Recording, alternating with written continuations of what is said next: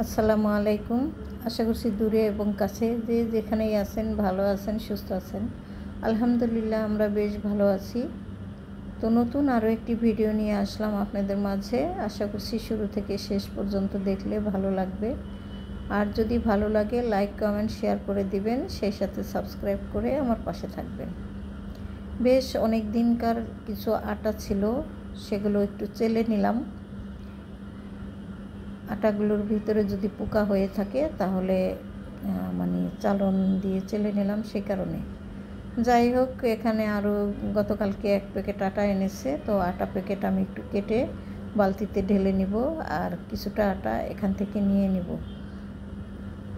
আজকে আমি সকালের জন্য আলু ভাজি, ডিম, সেই সাথে পরোটা বানাবো।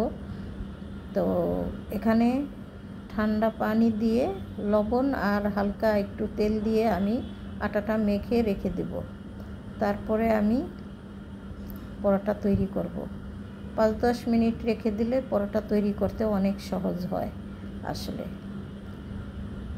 তো আটা মেখে রেখেছি এবং সেই সাথে কয়েকটা বানিয়েও ফেলেছি। তো এখন চলে আসলাম রান্নাঘরে। এসে দেখি ভাজি অলরেডি হয়ে গেছে। এই তো ভাজিটা আমি বেড়ে নিলাম।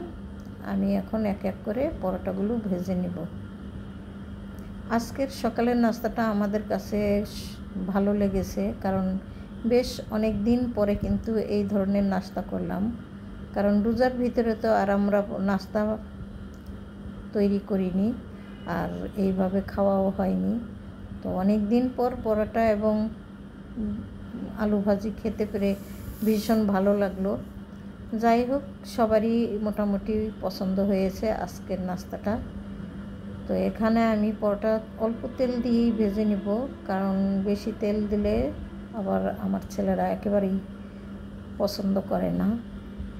তো দুইটা ডিম ভেজে নিলাম, কারণ একটা হাজব্যান্ড এখন ছোট ছেলের জন্য। বড় ছেলে আর আমি আরও পরেই নাস্তা করব, তো ওদেরকে নাস্তাটা দিয়ে দিই, আমি পরে খাবো। যাই হোক, এখানে আমি ছোট ছেলেকে নাস্তা দিয়ে দিচ্ছি এবং হাজব্যান্ডকে দিয়ে দিচ্ছি। তো আমার হাজব্যান্ড আবার ভাজা ডিম অত বেশি একটা পছন্দ করে না, তো উনি একেবারেই খেতে চাইলো না। তারপরেও আমি কিন্তু জোর করে আর কি অর্ধেকটা ডিম তাকে দিলাম, কারণ উনি ডিম খেতে চায় না, কারণ ভাজা ডিম একেবারেই পছন্দ করে না। যাই হোক, তারপরেও অল্প একটু দিলাম। আমি চেয়েছিলাম পুরো ডিমটাই দিতে, তো উনি আমাকে হাত দিয়ে না করলো যে না, আমি এই ডিমটা খেতে পারবো না।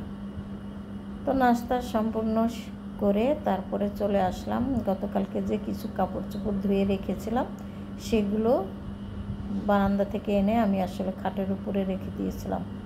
তো এই কাজগুলো কিন্তু আমি বিকেলবেলা করলে বেশি ভালো হতো, কিন্তু খাটের উপরে এইভাবে পরে থাকলে আমার নিজের কাছে খারাপ লাগবে। তাই ভাবলাম কাপড়গুলো আগে ভাঁজ করে নিই, তারপরে ঘর বাড়ি সুন্দর করে ঝাড়া মোছা দিয়ে দেব। তো সাদা কাপড়ে কিন্তু নীল না দিলে আমার কাছে একেবারেই ভালো লাগে না। আর বুয়াদের দিয়ে কিন্তু নীল কাপড়ে দিলেও ওরা আসলে নীল বেশি দিয়ে দেয়, না হয় একটু কম। তো আমার নিজের হাতে এই সাদা কাপড় ধোয়া এবং নীল দেওয়া এই কাজটা করতে আমার ভীষণ ভালো লাগে, এবং আমার নিজের মতো করে করলেই আমি আসলে স্বস্তি পাই। যাই হোক, এখানে আমি কাপড়গুলো এক এক করে কিন্তু ভাঁজ করে নিচ্ছি। ইচ্ছা করলে এই পাঞ্জাবিগুলো কিন্তু আমি আয়রনে দিতে পারতাম, তবে আমি দিব না, কারণ আমি হাত দিয়ে ভাঁজ করার পরে মনে হবে যেন আয়রন করেই রেখে দিয়েছি। আর যেহেতু অনেকগুলো পাঞ্জাবি আছে, এই পাঞ্জাবিগুলো পরতেও কিন্তু অনেকটা সময় লাগবে। ততদিন পর্যন্ত ভাঁজ করা থাকলে কিন্তু একেবারে আয়রন হয়ে যাবে। যাই হোক, এখানে এক এক করে সমস্ত কাপড়গুলো ভাঁজ করে নিয়ে আমি বিছানা একদম ঝেড়ে পরিষ্কার করে রাখবো। আর বিছানাপত্র টান টান করে না রাখলে আমার নিজের কাছে ভালো লাগে না। তবে একটা সময় ছিল যে আমার বিছানাপত্র কখনোই এক বিন্দু পরিমাণ পর্যন্ত এলোমেলো থাকতো না। তো এখনও তো একটা হয়তো আমি পারি না, বা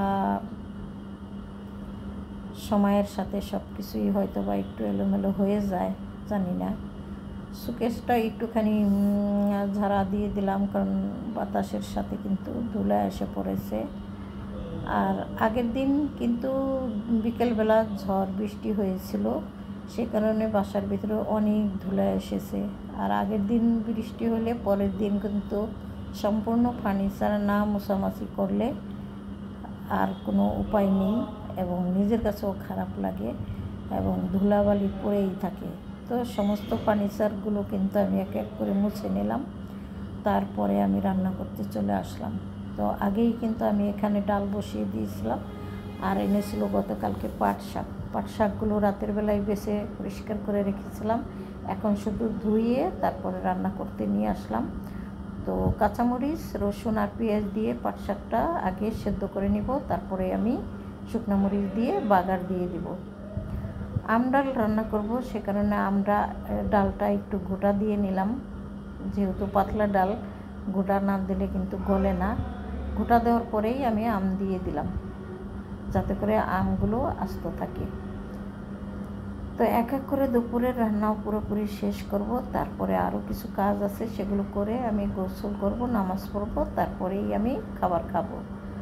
তবে আমি খাবার যখনই খাই না কেন, আমি খাবারটা টেবিলের উপরে সাজিয়ে দিয়ে তারপরেই আমি আমার কাজ বা গোসল নামাজ করতে যাব, যাতে করে ছেলে এবং হাজব্যান্ড এরা হাত দিয়ে খাবারটা খেয়ে নিতে পারে। তো এখানে রসুন আর পেঁয়াজ দিয়ে হলো আমি ডালটা বাগার দিয়ে নিলাম।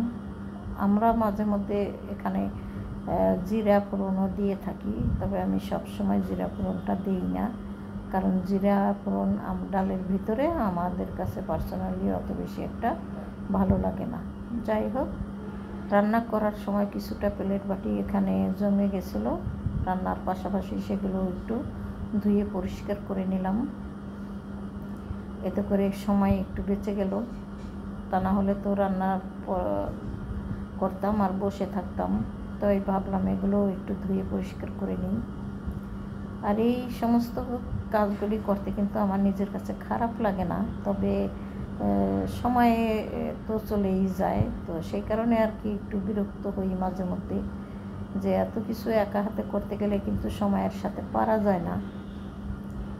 যত বিরক্তই হই না কেন, কিন্তু কাজ আমাকেই তো করতে হবে, এটা ভেবে আমি কিন্তু কোনো কাজই ফেলে রাখি না, সময়ের কাজ সময়ে করে নিই, মানে সাথে সাথেই করে নিই। আর এখানে কিন্তু আমার শুটকিটাও রান্না হয়ে গেছে, আর এই রান্নাটা কিন্তু শুটকি ছিল, আপনাদের সাথে বলা হয়নি। শুটকি দিয়ে কিন্তু আমি একটা চচ্চড়ি করলাম, পেঁয়াজ দিয়ে পাট শাক রান্না করলাম, আর পাতলা ডাউল রান্না করলাম। আজকে একেবারেই সিম্পল খাবার। যাই হোক, ভাতও হয়ে গেছে, আমি সমস্ত সব কিছুই টেবিলে নিয়ে যাব এখন। এই তো এভাবে সমস্ত কাজ নিজের হাতে একা করি বলেই হয়তো সমস্ত কাজ ঠিকঠাক মতো করতে পারি। আমার কাছে মনে হয় কাজের মানুষ থাকলে কাজ আরও এলোমেলো হয়, একা হাতে কাজ করে রাখতে পারলে কিন্তু একদম সুন্দরভাবে ডিসিপ্লিন মেনটেন করেই চলা যায়, আর তা না হলে কিন্তু এলোমেলো থাকে সব কিছুই কাজের মানুষ দিয়ে কাজ করাইলে। আর ওদেরকে মুখে বলতে বলতেও হয়তো সময় অনেকটাই চলে যায়।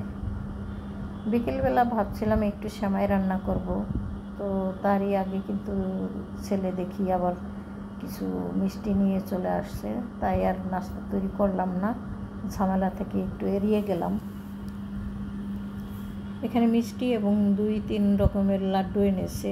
আসলে লাড্ডু খেতে আমি ভীষণ পছন্দ করি, আর সেই জন্যই ছেলেরা যখনই যায় কিছু আনুক না কেন, আমার কথা চিন্তা করেই সেই রকমের খাবারই ওরা আনে আসলে বাসায়। তো আপনাদের কাছ থেকে আমি বিদায় নিয়ে নিব এখন, কারণ